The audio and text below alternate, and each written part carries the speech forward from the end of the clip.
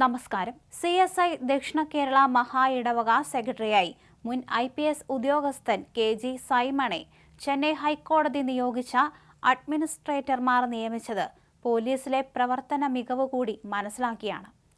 പലവിധ അഴിമതികൾ സഭയ്ക്കെതിരെ ഉയരുന്നുണ്ട്. ഈ സാഹചര്യത്തിലാണ് നേതൃത്വത്തിലേക്ക് സൈമൺ എത്തുന്നിടത്തെല്ലാം കുറ്റകൃത്യങ്ങൾ വെട്ടിത്തെളിച്ച് വെടിപ്പാക്കിയിരുന്ന വ്യക്തിയാണ് KG സൈമൺ എന്ന IPS ഓഫീസർ.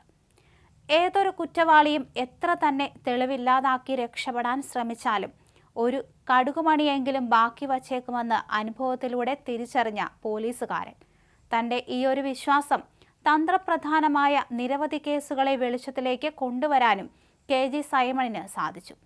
പരിചയസമ്പത്തുമായി കോഴിക്കോടെത്തിയ ഉടനെയാണ് കേരളത്തെ ഞെട്ടിച്ച കൂടത്തായി കൊലപാതക കേസ് KG സൈമണിന്റെ ശ്രദ്ധയിലെത്തുന്നത്.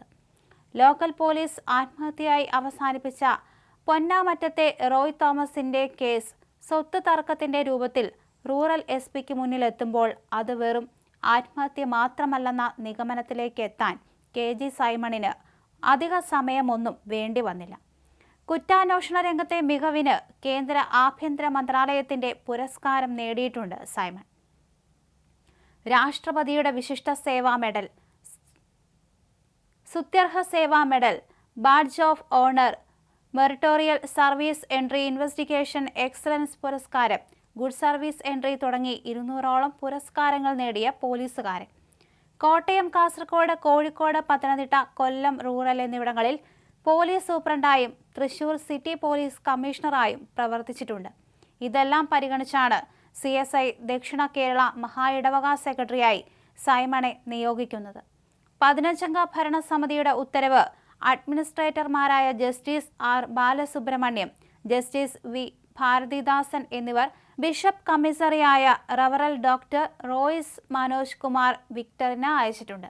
തൊടുപുഴ എള്ളുംപുറം കയ്യാലക്കകത്ത് കുടുംബാംഗമായ KG Simon CSI east Kerala Maha ഇടവക അംഗമാണ്. CSI ഈസ്റ്റ് കേരള മഹാ ഇടവകയുടെ മുൻ ബിഷപ്പ് KG ഡാനിയൽ സഹോദരനാണ്.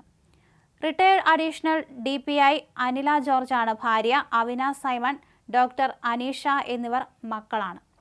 KG സൈമണിന്റെ നിയമനത്തോടെ സഭയിലെ അഴിമതി ആരോപണങ്ങൾക്കും പുതിയ തലം നൽകും. എല്ലാം സൈമൺ പരിശോധിച്ചേക്കും. തിരുവനന്തപുരത്തെ LMS കോമ്പൗണ്ടിലാണ് സഭാസ്ഥാനം. മുൻ മോഡറേറ്റർ ധർമ്മരാജ് റസാലം അഡ്മിനിസ്ട്രേറ്റീവ് സെക്രട്ടറിയായി നിയമിച്ച TT പ്രവീൺ ഉൾപ്പെടുന്ന ഭരണസമിതിയെ നേരത്തെ പിരിച്ചുവിട്ടിരുന്നു. ഫിനാൻഷ്യൽ അഡ്മിനിസ്ട്രേറ്ററായി പ്രൊഫസർ സെൽവരാജ് ഉൾപ്പെടെ 15 അംഗങ്ങൾ സമിതിയിലുണ്ട്. എന്തായാലും സഭയ്ക്കകത്തെ വലിയ രീതിയിലുള്ള അഴിമതികൾ ഇദ്ദേഹത്തിന് പുറത്തു കൊണ്ടുവരാൻ കഴിയും എന്ന് തന്നെയാണ് കരുതുന്നത്. ഈ ഒരു സാഹചര്യത്തിൽ തന്നെയാണ് ഇദ്ദേഹം ചുമതലയേൽക്കുന്നത്. വളരെയധികം പലവിധ അഴിമതികൾ സഭയ്ക്കെതിരെ ഉയരുന്നുണ്ട്. ഇതിലെല്ലാം സത്യാവസ്ഥ പുറത്തു കൊണ്ടുവന്നേക്കും.